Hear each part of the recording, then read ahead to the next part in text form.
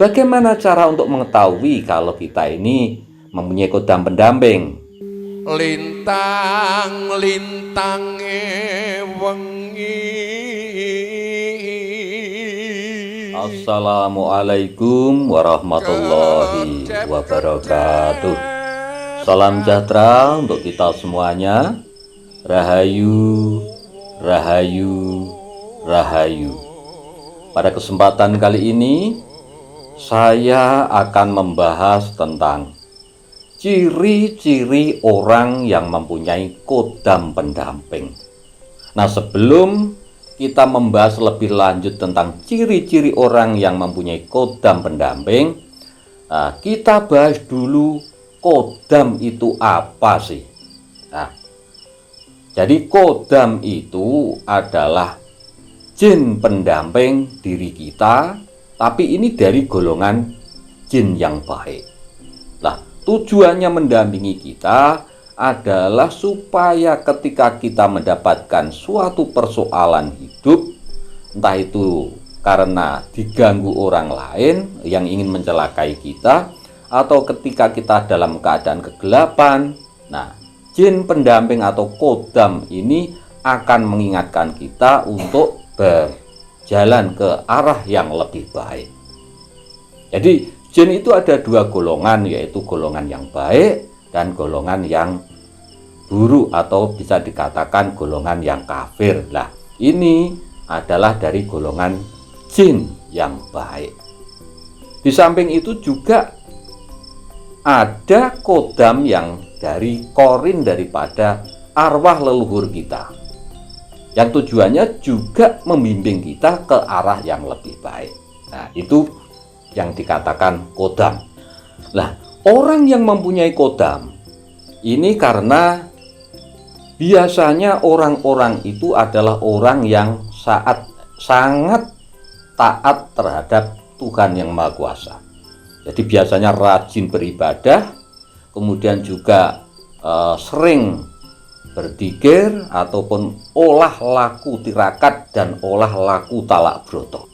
Jadi biasanya orang-orang yang punya kodam itu memang didapatkan dari karena ibadahnya baik dan juga sering wirid ataupun berzikir, dan juga karena sering olah tirakat, berpuasa segala macam dan melakukan amalan-amalan tertentu, dan juga karena olah laku talak broto.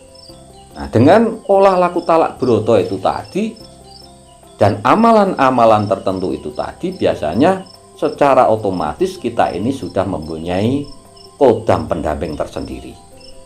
Nah, biasanya orang yang mempunyai kodam pendamping pun itu tidak tahu kalau dirinya mempunyai kodam pendamping. Jadi rata-rata mereka itu tidak tahu. Nah, bagaimana cara untuk mengetahui kalau kita ini mempunyai kodam pendamping? Nah, ini ada beberapa ciri atau tanda supaya kita mengetahui kalau diri kita itu mempunyai kodam pendamping.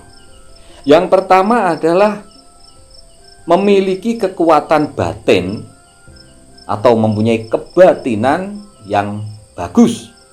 Di samping itu juga mempunyai ilmu spiritual yang tinggi. Jadi mempunyai ilmu spiritual yang tinggi. Nah, untuk mendapatkan ilmu spiritual yang tinggi itu tadi, caranya ya seperti yang saya sebutkan tadi, dengan laku tirakat dan laku talak broto, dengan menggunakan amalan-amalan tertentu dan juga beribadah menurut keyakinannya masing-masing. Jadi arahnya adalah ke arah yang lebih baik. Jadi ciri yang pertama itu mempunyai ilmu spiritual yang tinggi. Nah, dan juga memiliki kekuatan batin. Jadi kebatinannya bagus. Olah rasanya itu bagus. Jadi peka sekali perasaannya, peka. Kemudian yang selanjutnya, yang ciri bahwa orang itu mempunyai kodam pendamping adalah sorot matanya tajam dan berwibawa. Jadi orang itu biasanya mempunyai sorot mata yang tajam.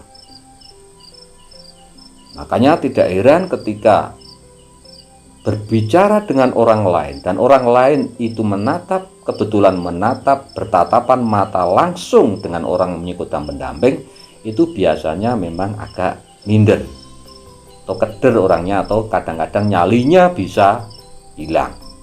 Itu karena memang mempunyai daya kekuatan dari sorot matanya yang tajam dan berwibawa itu.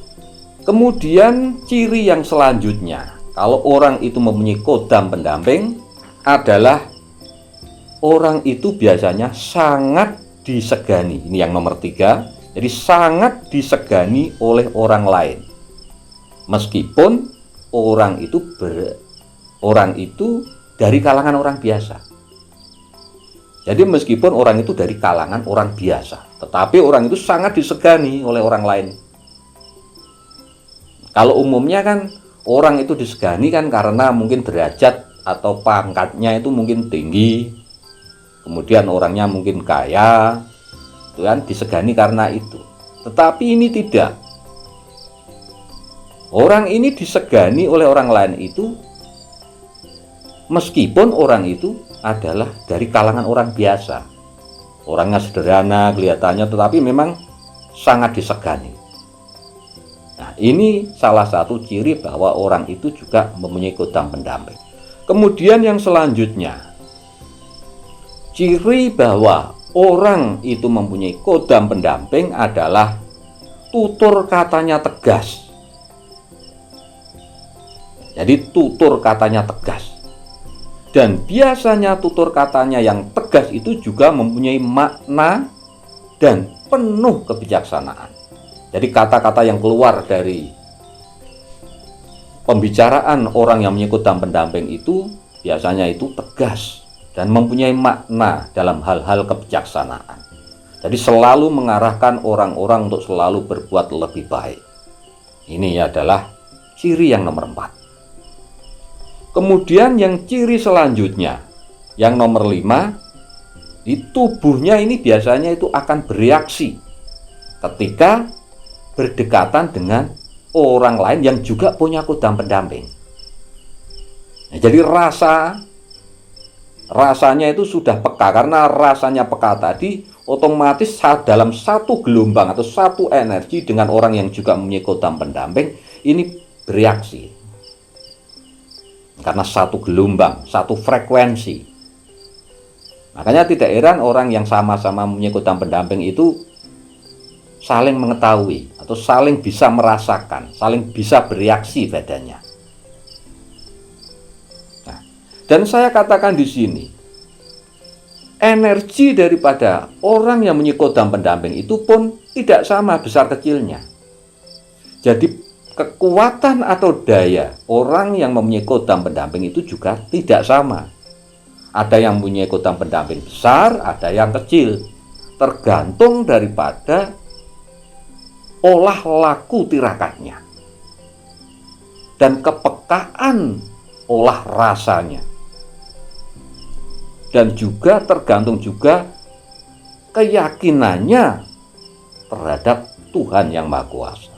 Nah, ini yang membedakan besar kecilnya kodam pendamping yang ada di dalam seseorang tersebut. Jadi tidak sama, meskipun sama-sama mempunyai kodam pendamping harimau seumpama, belum tentu sama. Jadi daya yang dikeluarkan oleh kodam pendamping itu setiap orang berbeda, besar kecilnya berbeda. Jadi itu ciri-ciri orang yang mempunyai kodam pendamping.